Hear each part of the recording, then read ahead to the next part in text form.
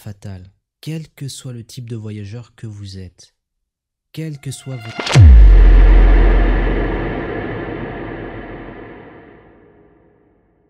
Bienvenue voyageuses et voyageurs pour ce nouvel épisode. Un épisode où je vais vous parler de ma dernière sortie hors du corps qui a eu lieu le 23 septembre, c'est-à-dire hier au petit matin.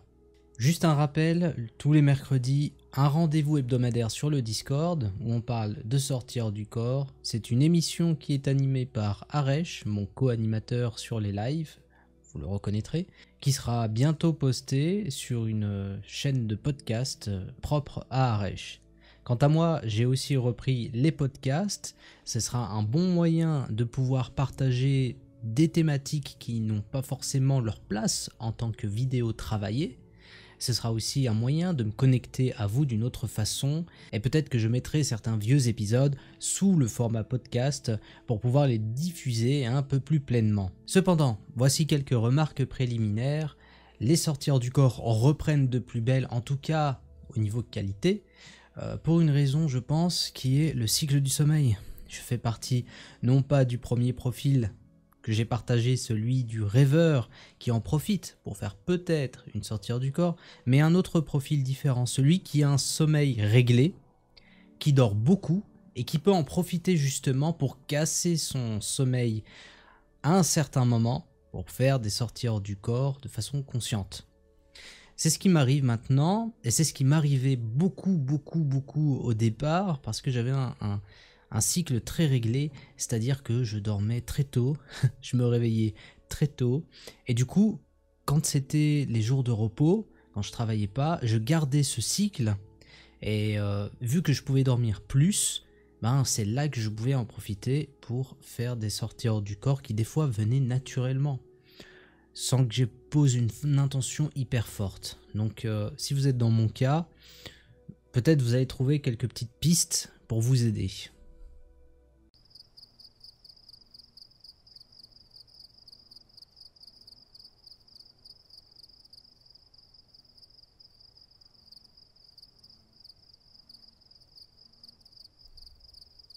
Tout commence par une fin de conversation avec Aresh. Je lui envoie un dernier vocal pour lui souhaiter une bonne nuit. Elle informe que je pourrais faire une méditation pour poser une intention de sortie hors du corps, mais que je ne le ferai pas. Même si indirectement, je viens de le faire. Je suis nonchalant et je me mets au lit pour 21h. C'est très tôt. Et même pour moi, je trouve surnaturel de dormir aussitôt. Mais je suis fatigué. Pour dormir, je décide d'écouter une vidéo avec le son du soleil.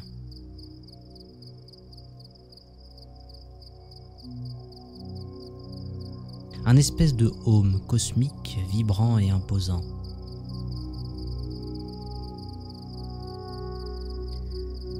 Et je me laisse partir. 4h50, l'alarme retentit. Je l'éteins et j'en profite pour vérifier mes réseaux. Puis je me dis que finalement, cela serait une bonne idée d'écouter le Focus 10 de Monroe. C'est une audio de 40 minutes environ et j'écoute attentivement jusqu'à ce que je tombe dans le yo-yo hypnagogique. Des images, des scènes, des paysages, et enfin j'émerge de ce brouillard qui était mon environnement il y a quelques secondes. Je retire mon casque et je change de position pour me mettre sur le ventre. Et je perds encore une fois conscience pour entrer dans un rêve. Il s'agira d'un dialogue avec une femme dont il me restera rien. Je me réveille alors et je rechange de position pour être sur le côté et puis j'attends. C'est là que je le remarque, un changement subtil. D'abord dans mon écran mental, devenu plus électrique, plus lumineux, comme si des éclairs retentissaient soudain dans la masse cérébrale et que mes paupières reflétaient cette activité. Je ressentais mon corps couvert d'un doux vombrissement, un ronronnement équilibré, puissant, mais pas bruyant. Si je ne l'avais pas vécu avant, je ne l'aurais pas identifié. Mais c'est la fin de l'état vibratoire. D'habitude, mon état vibratoire est plus lent, et je dois l'accélérer pour arriver au stade de la décorporation. Là, c'était déjà fait. Je me sens alors plus léger et je me laisse porter et accentue cet effet par un lâcher-prise. Mon corps de voyage garde la même position que mon corps physique, hormis bien sûr qu'il s'élève dans les airs avec ma conscience à l'intérieur. Je suis localisé ailleurs et c'est toujours aussi incroyable comme sensation. J'ai même une joie immense qui me traverse, une sensation de liberté, et c'est vraiment indescriptible. On ne peut pas l'imaginer. Le fait de vivre et savoir que nous sommes des esprits incarnant la liberté et le voyage. Je traverse maintenant le plafond et continue jusqu'à arriver à l'extérieur. Ce n'est que là que je reprends le contrôle de mon corps et de mes perceptions. Je vois, et je constate que j'ai effectivement bien mon corps de voyage, imberbe et légèrement lumineux. Je décide alors de m'envoler pour l'espace. Traverser l'atmosphère n'est pas difficile. Se mouvoir n'est pas difficile. Traverser le système solaire n'est pas difficile. Il m'aura fallu quand même des années de voyage pour contrôler ces paramètres, et j'en profite. Une fois dans le grand espace, j'émets une intention pour voyager sur un monde habité, parce que malheureusement, je n'ai pas de guide du routard galactique sur moi. Monde habité. Je me retrouve dans le noir, puis sur ce qui semble être une planète. Je flotte même à quelques centimètres du sol. Je suis à la lisière d'une sorte de jungle tropicale. Les arbres, la végétation me semblent familières à la Terre, mais je ne suis pas botaniste. Ce que je peux dire, c'est que c'est vert, et donc que le spectre lumineux est plus ou moins semblable à la Terre, ou alors que je le perçois comme tel. La seule chose que je remarque, c'est la saturation de ces mêmes couleurs. Au loin, je vois une cité composée de sortes de cylindres aplatis, avec des hublots montés sur un pilier. Cela ressemble au courant du brutalisme, sauf que les matériaux sont blancs et les formes plus harmonieuses. Je sais pas en fait s'il y a un équivalent, peut-être dans l'esprit créatif des designers et dessinateurs. Dans le ciel, je vois plusieurs douzaines d'objets volants, des ovoïdes filant à toute vitesse. J'essaye de capter un maximum d'informations. Moyen de locomotion classique, équivalent de la voiture, contrôle par une intelligence artificielle pour faciliter le déplacement aérien. Bon, je regarde la scène, je suis un peu dubitatif et je lance une intention. Destruction. Rien. L'environnement ne bouge pas. Je suis toujours méfiant quand je suis hors de la Terre et je voulais vérifier si j'étais pas dans une projection. Apparemment non. Mais essayons alors une expérience. On avait beaucoup parlé de translocalisation et de 4e dimension avec Chris et Fabio. Je vais demander à changer de dimension de façon forte. Je concentre mon intention et je vois un tube noir fait d'une matière opaque et nuageuse s'étirer jusqu'à m'engloutir. C'est ce fameux tunnel qui mène justement à d'autres dimensions qui permet de switcher de dimension. Au bout de quelques secondes, il se rétracte et le paysage a changé. Ok, c'est le même lieu géographique, mais une autre dimension alors. J'observe autour de moi. La jungle a laissé place à une plaine dorée, avec quelques troncs d'une sorte de palmier cactus. L'herbe est jaune et il n'y a absolument rien d'autre. Je recommence. Le tube jaillit à quelques mètres, m'enveloppe, puis se rétracte. Je fais ça encore 4 fois, avec à chaque fois d'autres paysages. Est-ce que mon intention est ce levier qui permet de bouger un vertex de cette géométrie à 4 dimensions de l'espace? Un vertex, un point, un support qui, dès qu'il change de position, transforme l'environnement entièrement. Je me retrouve alors sur une plage. Devant moi, un océan bleu turquoise, magnifique, et derrière, une autre jungle avec de grands arbres. J'y vois construit sur les plus grands des plateformes servant à abriter des cabanes. Je sonde celle qui est proche de moi. Cabane servant de lotissement et de protection contre les prédateurs pour une créature intelligente humanoïde. Je vois l'image de l'humanoïde en question. Il a la peau brunâtre, une tête ronde, de grands yeux et un nez aplati. Ils sont petits de taille et n'ont que des outils rudimentaires comme des lances. Ils ne connaissent pas le travail du métal et sont dans un stade d'évolution de la conscience encore balbutiant. Je me dis, ils ne sont pas si différents de nous après tout. Je décide encore alors de quitter la planète dans le but de contempler les continents de ce monde. Je quitte l'atmosphère et sur mon champ de vision, je vois la Lune. Je me dis, peut-être qu'alors que c'est la Terre, mais dans une autre dimension. Puis je contemple un peu mieux l'astre et je me rends compte que c'est pas la Lune qu'on connaît. Et je reconnais pas les cratères que normalement je devrais reconnaître, comme celle de Tycho Brahe ou la mer de Tranquillité. Je m'approche alors, je fonce dessus et au dernier moment je me retourne pour éviter la collision. Si collision il pouvait y avoir lieu bien sûr. C'est là que je lève la tête sur la planète qui est quand même assez loin de cette lune, qui est beaucoup plus petite que celle de la Terre.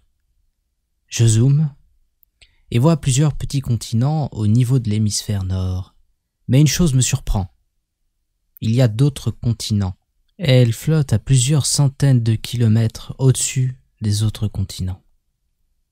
Je comprends alors que ces espaces sont des contreparties subtiles. Je ne sais pas si ça a un sens, mais cette planète possède des continents invisibles qui flottent, et je remarque qu'ils sont subtils à leur petit liseré bleu. Les villes de nos solars peuvent se recoucher. Après ça, je décide de retourner dans l'espace profond. J'ai envie de voir une étoile et j'en prends une au hasard. Je fonce dessus, je contrôle la vitesse de déplacement et je la varie, allant certainement à la vitesse de la lumière et quelquefois plusieurs fois plus vite, jusqu'à ce que je l'atteigne. Une étoile blanche hyper lumineuse. Je vois le plasma nacré jaillir et tout mon champ de vision est blanc. C'est là que mon corps physique me rappelle, et je me sens revenir jusqu'à mon corps, et ma conscience se relocalise dans la chair. J'ouvre les yeux, mais je comate un certain temps avant de regarder l'heure, 6h30. Et voilà, c'était tout pour cette expérience. Comme vous avez pu voir, du coup, il était 6h30 quand j'ai regardé le téléphone portable, et moi j'ai commencé, je me suis réveillé à 4h50. Je suis resté réveillé une dizaine de minutes, donc c'est sûr qu'il était 5h. J'ai mis l'audio de Robert Monroe, le Focus 10, qui dure à peu près 40 minutes. Je me suis arrêté à 30 minutes parce que je voulais absolument pas l'entendre à la fin. Ça m'aurait cassé tout type de relaxation. Donc j'ai enlevé mon casque avant, ça c'est sûr. Donc on peut dire qu'il était à peu près 5h30. Et je mets 10 minutes comme ça pour à chaque fois je changeais de position. Et pour l'hypnagogie qui a suivi, peut-être un peu plus, je pourrais pas vous dire, peut-être 20 minutes au final. Donc ça fait que j'aurais commencé mon expérience à peu près à 5h40 et il s'est terminé quand même à 6h30. C'est énorme et même si on n'a pas l'impression que j'ai fait beaucoup de choses, en réalité si, parce que malheureusement j'ai comaté à la fin. Je me suis pas rendormi, mais j'ai comaté. Si vous me laissiez comme ça, si j'avais pas eu l'idée de regarder le téléphone portable, je me serais rendormi. Et ça, c'est une erreur fatale. Quel que soit le type de voyageur que vous êtes, quel que soit votre niveau, quelle que soit la qualité de votre mémoire, si vous faites une sortie hors du corps et que vous vous rendormez par la suite, vous allez perdre énormément d'informations. Parce que la mémoire continue de l'expérience qui s'est déroulée n'aura pas eu le temps de s'engrammer dans la chair de façon durable. C'est ça le truc, c'est que quand vous revenez de votre expérience, c'est comme s'il était stocké sur une mémoire en fait à court terme, on va dire ça comme ça, plus ou moins, c'est peut-être faux. Si vous vous rendormez, ça va effacer certaines choses et il n'y aura pas beaucoup qui va rester dans la mémoire à long terme. Tandis que si vous vous réveillez d'un coup, il y aura le temps d'imprimer tout ça. Et vous y aurez accès un petit peu quand vous voulez.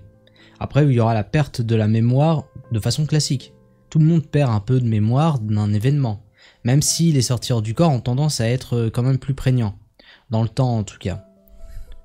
Donc ne vous rendormez surtout pas, j'ai failli faire ça, et juste les 5 minutes ou 10 minutes où j'ai comaté, ça suffit pour me faire perdre quelques événements qu'il y a eu dans ma sortie du corps. C'est quand même exceptionnel, ça m'arrive pas normalement. Donc si je peux vous conseiller ça, c'est quand vous faites une sortie hors du corps, vous vous réveillez véritablement et vous écrivez direct en fait.